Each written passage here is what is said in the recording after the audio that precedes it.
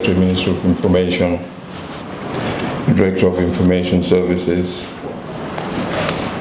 the Solicitor General and the Legal Secretary at the Ministry of Justice and team, senior management of PURA, the media fraternity, distinguished guests, ladies and gentlemen, all other protocols duly and respectfully observed. Good morning to you all.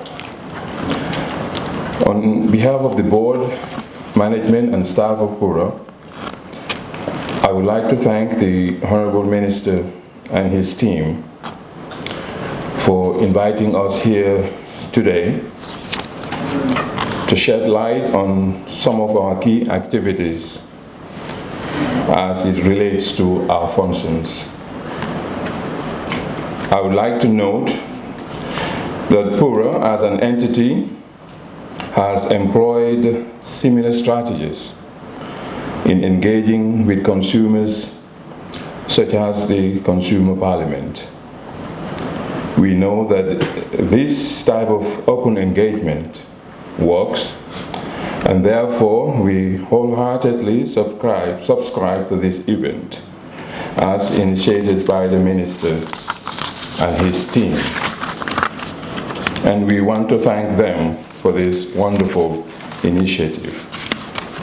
Distinguished ladies and gentlemen, as a brief background, let me touch on the role of PURA for a simplified understanding for all present here today and those who are following this program through other mediums. The Public Utilities Regulatory Authority, also referred to as PURA, is a multi-sector regulatory body set up by an Act of Parliament in 2001 to regulate certain public utilities, such as telecommunications and broadcasting, that includes all mobile and land network operators, electricity, water and sewerage, downstream petroleum, which was onboarded to PURA by the Petroleum Act in 2016, including all petrol stations. The authority has 7 directorates, namely the Directorate of Legal, Licensing and Enforcement, Directorate of Economic Regulation, the Directorate of Petroleum, Water and Electricity, the Directorate of Consumer Affairs, the Directorate of Admin and Finance, the Directorate of Human Resources Management, the Directorate of ICT, and the Directorate of Internal Audit. PURA is governed by a board of directors, which provides governance and operational oversight of PURA. As you can see, PURA's mandate is diverse and cuts across most of the key economic sectors in the Gambia. PURA's main source of income is regulatory fees charged to regulated utility providers. The amount collected from operators as regulatory fees is what forms the annual budget of the authority. The maximum amount that can be charged by the authority is set by law to a maximum of 1.5% of the operator's annual turnover. Since its inception, PURA has devoted a significant amount of time and resources to developing its capacity and ensuring that the fundamentals of an effective regulatory institution are in place. In this regard, we are conscious that regulation as a practice requires tact and patience and presents many challenges in the various sectors of electricity, water, telecommunications, and of late, the petroleum sector. In recent times, we have had to assert our mandate and make some tough but equitable decisions, not always acceptable by those we regulate, but necessary to ensure a level playing field, especially when our mandate is to balance the interests of the public, the utility provider, and the government.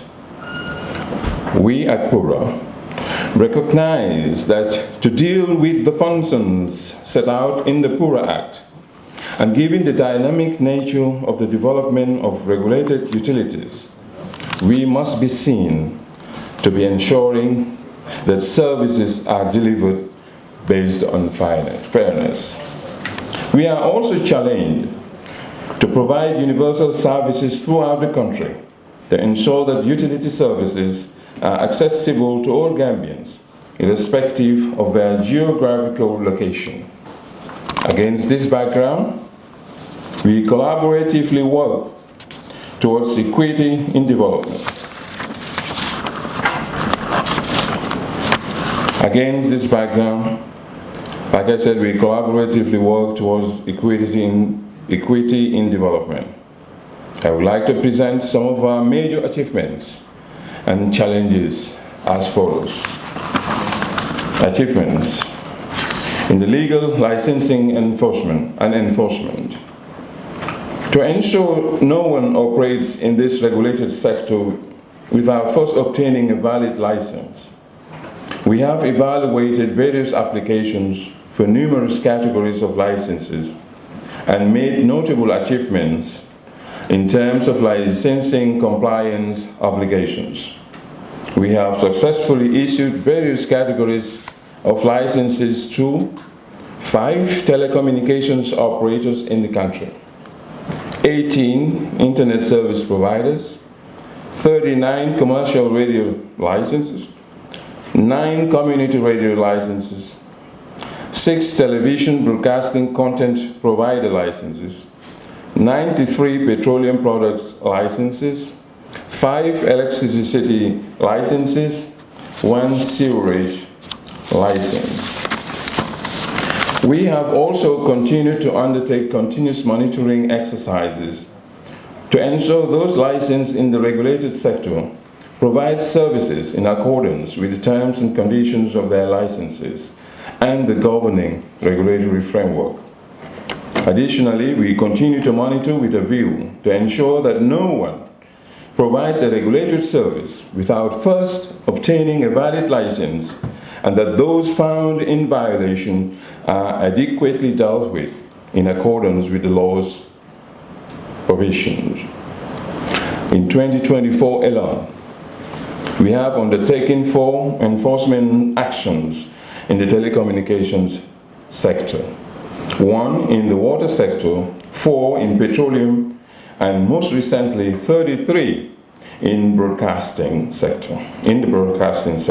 These actions are all geared purely towards ensuring compliance with the regulatory regime.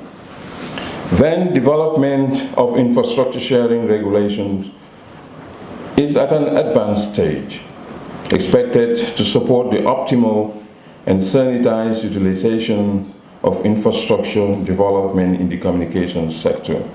We are still on our achievements. We are also supporting the development of serious regulations and quality of service in electricity regulations to support the effective dispensation regulatory mandate in these areas. We are also on the verge of finalizing the first water and sewerage regulations, which is expected to set the minimum reporting requirements for the production, transportation, distribution, and sale of water in the Gambia, as well as the sewerage systems.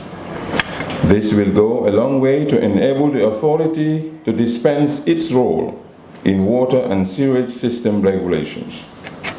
Despite the notable gains made, there still remain some challenges. The current legislative structure poses certain legal risks in the proper implementation and dispensation of the authority's mandate. These are likely due to the absence of certain critical legislative instruments and inadequacies in certain provisions. In the petroleum, water, and electricity sectors, the authority has been implementing key programs to promote service quality, but also ensure safety, health, and environmental protection in service delivery. PURA has provided supportive regulation to many service providers and stakeholders to enable them to comply with the sector laws, mostly through capacity building. And to name a few, we recently trained 70 fuel tanker truck drivers on health and safety to improve their knowledge of preventing road accidents and injuries. In our efforts to promote standards in the electricity sector, we have trained up to 40 stakeholders, including representatives from area councils, on wiring standards developed through the Gambia Standards Bureau. These efforts are geared towards reducing electricity-related fire incidents in this country. The authority has also trained 40 stakeholders, including NAWEC staff, on water safety plans. Today, NAWEC has its first water safety plan for the Greater Banjul area, which is a major development as far as water supply operations are concerned. Ladies and gentlemen, PURA has also developed programs to ensure ongoing quality assurance, particularly in water, a sensitive commodity is continuously torn. The authority in 2009 established a water quality monitoring program in partnership with the Department of Water Resources to test all water supply by NAWEC across the country. Through this program, critical interventions were made to safeguard the public from the risk of drinking water that does not meet the WHO standards. Just to name a few, the nitrate issue in Greater Banjul area and the iron in Njogu were detected and resolved through this program. We have also ensured quality and protect consumers through other valuable initiatives. In collaboration with the Weight and Measures Bureau, we are at an advanced stage in concluding an exercise where we verify the calibration of all fuel pumps across the country. We've also entered into a third-party agreement with Pages, under which fuel tanker trucks are inspected and certified every 6 months as part of our licensing and standardization programs for a sustainable fuel transportation business. The authority is also significantly contributing to the creation of an enabling environment for investment and service delivery. With relevant stakeholders and support from the World Bank, we recently validated the Gambia Electricity Grid Code, the first of its kind, which lays down the rules and processes in the transformation of our power sector. Despite the water bill yet to be enacted, PURA has been working ahead to support standards development and other instruments required to govern the water sector. We initiated the development of the first drinking water quality and effluent discharge standards.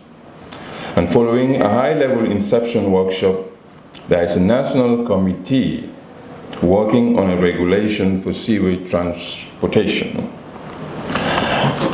To the Directorate of ICT, during the period being reported, one of our biggest projects for the year 2023-2024 is the national number migration from 7 to 9 digits.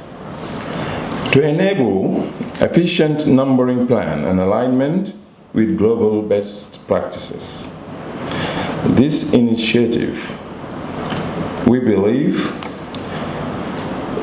will bring on uniformity of numbers for all operators. This will be launched on or before 31st December 2024. The authority conducts annual countrywide monitoring exercise to assess telecoms coverage signals, as well as health and safety issues related to masts and towers. In addition, annual monitoring exercises are also carried out to ensure that all broadcasters, radio and television, are technically compliant. Capacity building workshops on technical and legal issues are periodically organized to refresh and arm the broadcasting staff on their roles and obligations as part of our supportive regulation.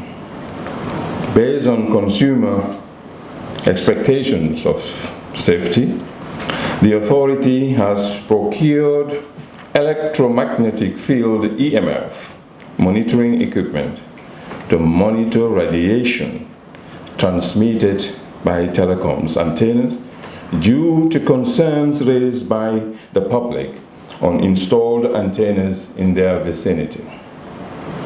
In the same vein, to minimize frequency interference and optimize the usage of the scarce spectrum resource, a spectrum analyzer was procured a few years ago, and we expect to get a more advanced mobile spectrum monitoring van by end of this year to enhance our work in terms of spectrum monitoring.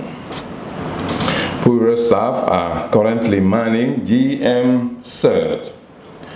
GM CERT looks out for cybersecurity threats into the country and advise the respective institutions according to the alerts we receive, remedial actions and recommendations that need to be noted for the recurrence of such attacks. The authority, as expected, monitors all international incoming and outgoing traffic and generates monthly invoices for the operators for government to receive the right revenue in tax for that traffic. There is a quality of service QoS monitoring equipment in-house that constantly monitor the GSM operators' networks using identified key performance indicators, KPIs. We have also procured broadcasting monitoring equipment to record 24/7 all transmissions of both radio and television content, which can be used as evidence in case of disputes tomorrow. Consumer web portal to empower the consumer to view network coverage signals by operator and technology 24/7 countrywide is in-house also. When we come to Consumer, Department of Consumer Affairs, the authority, in ensuring that consumer welfare is protected at all times, has a dedicated toll-free number, 148, which consumers can call from any network without paying a butut and lodge a complaint against any service provider within the regulatory space and then get redress.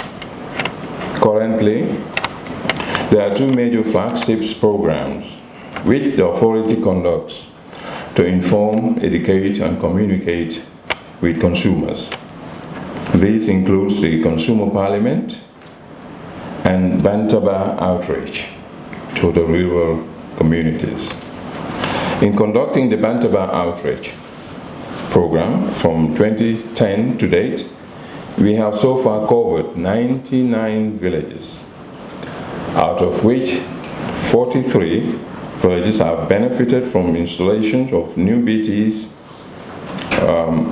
rural electrification, and improvement on network access, just to name a few.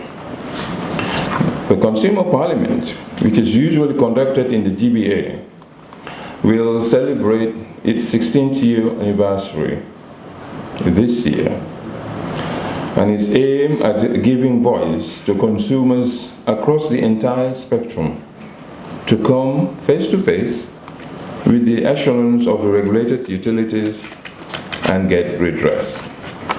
The proceedings are live streamed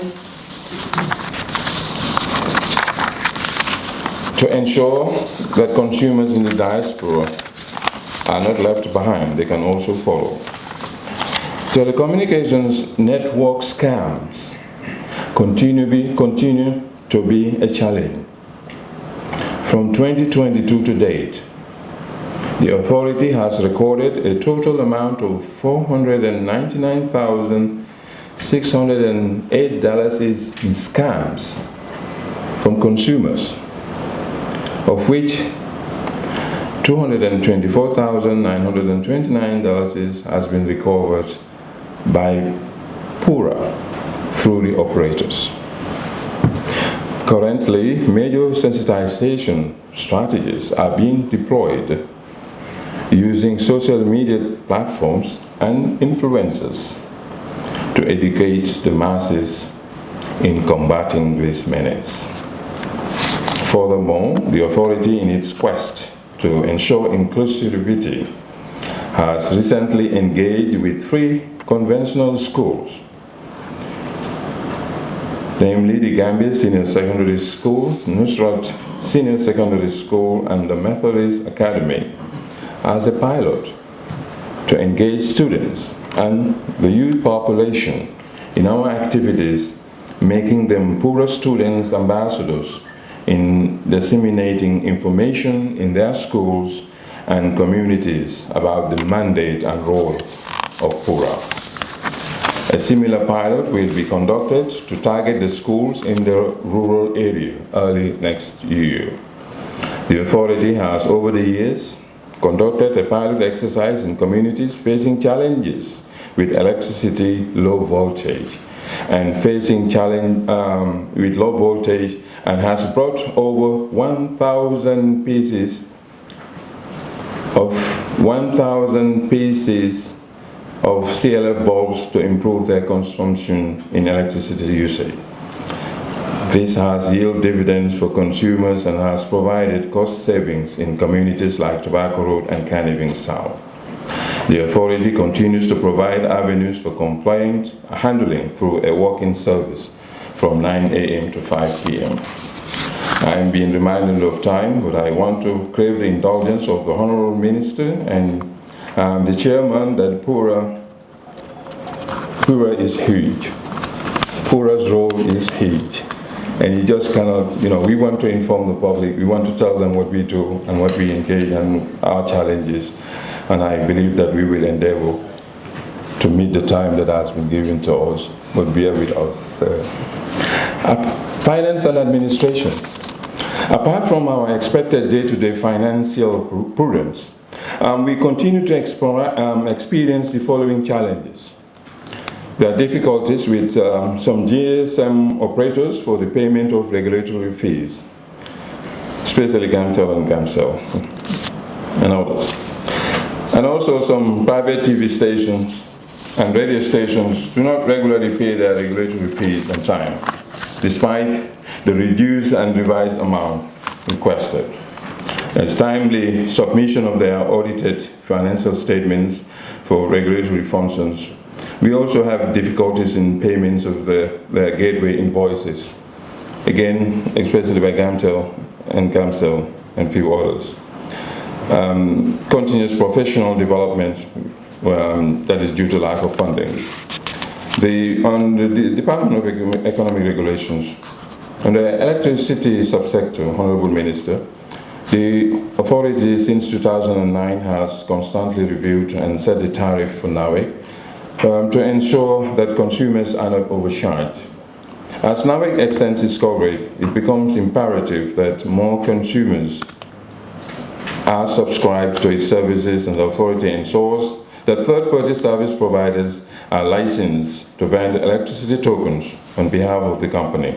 This initiative was approved in a bid to reduce the burden on consumers in getting tokens at odd times and during weekends when NAWEC customer care centers are closed.